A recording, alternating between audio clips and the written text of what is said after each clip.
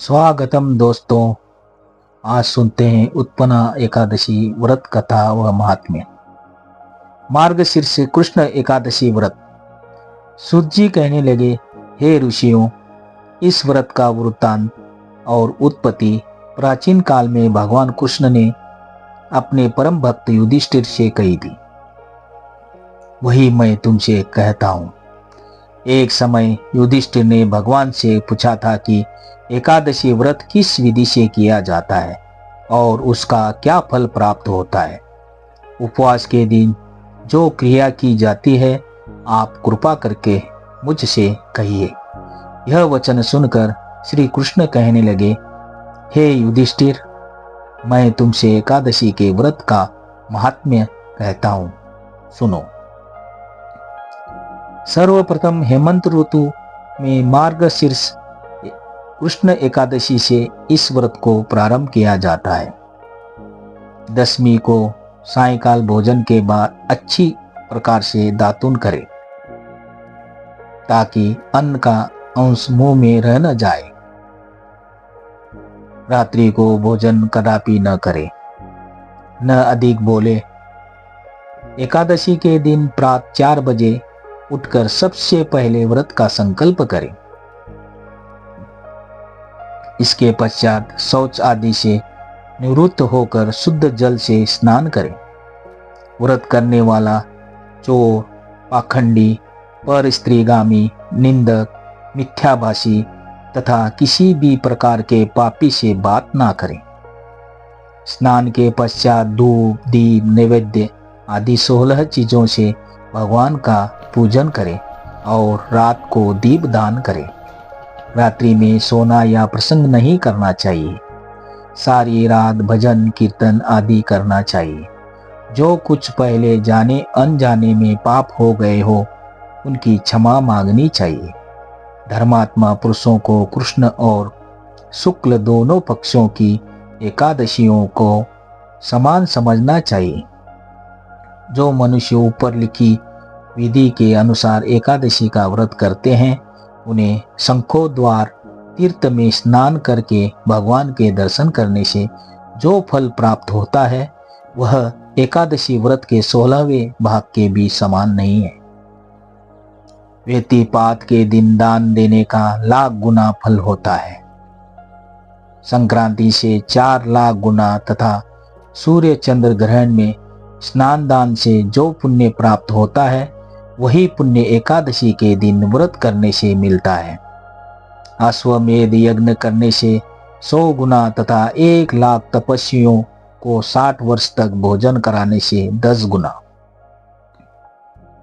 10 ब्राह्मणों अथवा 100 ब्रह्मचारियों को भोजन कराने से 1000 गुना पुण्य भूमि दान करने से होता है। उससे 1000 गुना पुण्य कन्यादान से प्राप्त होता है। इससे भी 10 गुना पुण्य विद्या दान करने से होता है।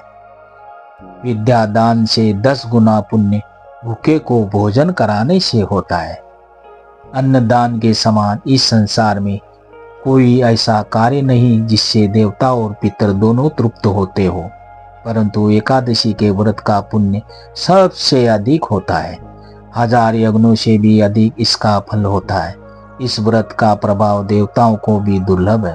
रात्रि को भोजन करने वाले को उपवास का आधा फल मिलता है और दिन में एक बार भोजन करने वाले को भी आधा ही फल प्राप्त होता है, जबकि निर्जल व्रत रखने वाले को महात्म्य तो देवता भी वर्णन नहीं कर सकते।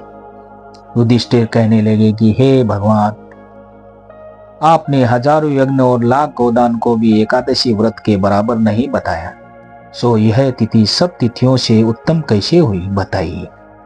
भगवंत कहने लगे, हे युधिष्ठिर, सतयुग में मूर नाम का दैत्य उत्पन्न हुआ। वह बड़ा बलवान और भयानक था। उस प्रचंड दैत्य ने इंद्र, आदित्य, वसु, वायु, अग्नि और सभी देवताओं को पराजित करके भगा दिया। तब इंद्र सहित सभी देवताओं ने भयभीत होकर भगवान शिव से सारा वृत्तांत कहा और बोले, हे कैलाशपति, मूर दैत्य से भयभीत होकर सब देवता मृत्यु लोक में फिर रहे हैं। तब भगवान शिव ने कहा, हे देवताओं, तीनों लोकों के स्वामी, भक्तों के दुखों का नाश करने वाले भगवान विष्णु की शरण में जाओ। वे ही तुम्हारे दुखों को दूर कर सकते हैं। शिव जी के ऐसे वचन सुनकर सभी देवता क्षीर सागर में पहुंचे। वहां भगवान को शयन करते देख हाथ जोड़कर उनकी स्तुति करने लगे कि हे देवताओं द्वारा स्तुति करने योग्य प्रभु, आपको बारंबार नमस्कार है।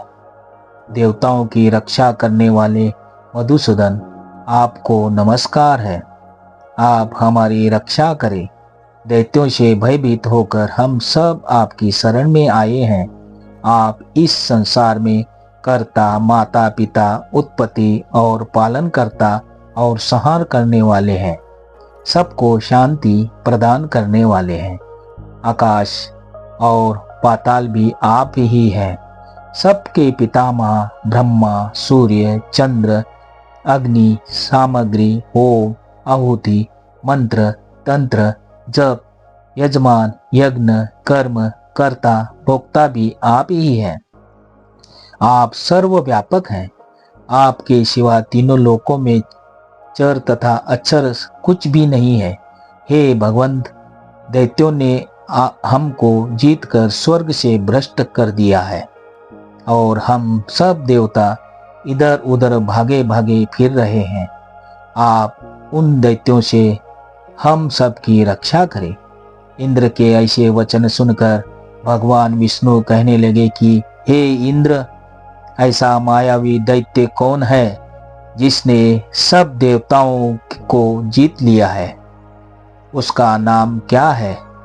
उसमें कितना बल है और किसके आश्रय में है तथा उसका स्थान कहाँ है? यह सब मुझसे कहो। भगवान के ऐसे वचन सुनकर इंद्र बोले, भगवान, प्राचीन समय में एक नाड़िंजंग नामक राक्षस था।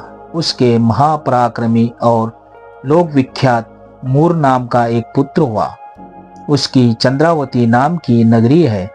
उसी ने सब देवताओं को स्वर्ग से निकालकर वहां अपना अधिकार जमा लिया है। उसने इंद्र, अग्नि, वरुण, यम, वायु, ईश, चंद्रमा, निरुक्त आदि सबके स्थान पर अधिकार कर लिया है। सूर्य बनकर स्वयं ही प्रकाश करता है, स्वयं ही मेघ बन बैठा है और सबसे अजय है। हे असुर निकंदन, उस दुष्ट को मारकर देवताओं को अजय बनाइए। यह वचन सुनकर भगवान ने कहा, हे देवताओं, मैं शीघ्र ही उसका संहार करूंगा। तुम चंद्रावती नगरी जाओ। इस प्रकार कहकर भगवान सहित सभी देवताओं ने चंद्रावती नगरी की ओर प्रस्थान किया। उस समय दैत्य मूर सेना सहित युद्ध भूमि में गरज रहा था। उसकी भयानक गर्जना सुनकर सभी देवता भय के मारे चारों दिशाओं में भागने लगे। जब स्वयं भगवान रणभूमि में आए तो दैत्य उन पर भी अस्त्र शस्त्र आयुध लेकर दौड़े। भगवान ने उन्हें सर्प के समान अपने बाणों से बींध डाला। बहुत से दैत्य मारे गए, केवल मूर बचा रहा। वह अविचल भाव से भगवान के साथ युद्ध करता रहा। भगवान जो जो भी तीक्ष्ण बाण चलाते हैं वह उसके लिए पुष्प सिद्ध होता है। उसका शरीर छिन्न भिन्न हो गया, किंतु वह लगातार युद्ध करता रहा। दोनों के बीच मल्लयुद्ध भी हुआ। 10,000 वर्ष तक उनका युद्ध चलता रहा, किंतु मूर नहीं हारा। थक कर भगवान बद्रिकाश्रम चले आए गए। वहां हेमवती नामक सुंदर गुफा थी। उसमें विश्राम करने के लिए भगवान उसके अंदर प्रवेश कर गए। यह गुफा 12 योजन लंबी थी और उसका एक ही द्वार था। विष्णु भगवान वहां योग निद्रा की गोद में सो गए। मोर भी पीछे पीछे आ गया और भगवान को सोया देखकर मारने को उद्यत हुआ। तभी भगवान के शरीर से उज्जवल कांतिमय रूप वाली देवी प्रकट हुई। देवी ने राक्षस मोर को ललकारा, युद्ध किया और उसे तत्काल मौत के घाट उतार दिया। श्री हरि जब योग निद्रा की गोद से उठे तो सब बातों को जानकर उस देवी से कहा कि आपका जन्म एकादशी के दिन हुआ है, अतः आप उत्पन्ना एकादशी के नाम से पूजित होंगी। आपके भक्त वही होंगे जो मेरे भक्त हैं। ओम नमो भगवते वासुदेवाय। श्रीमन्नारायण नारायण नारायण। ओम नारायणाय विद्महे वासुदेवाय धीमहि तन्नो विष्णु प्रचोदयात्।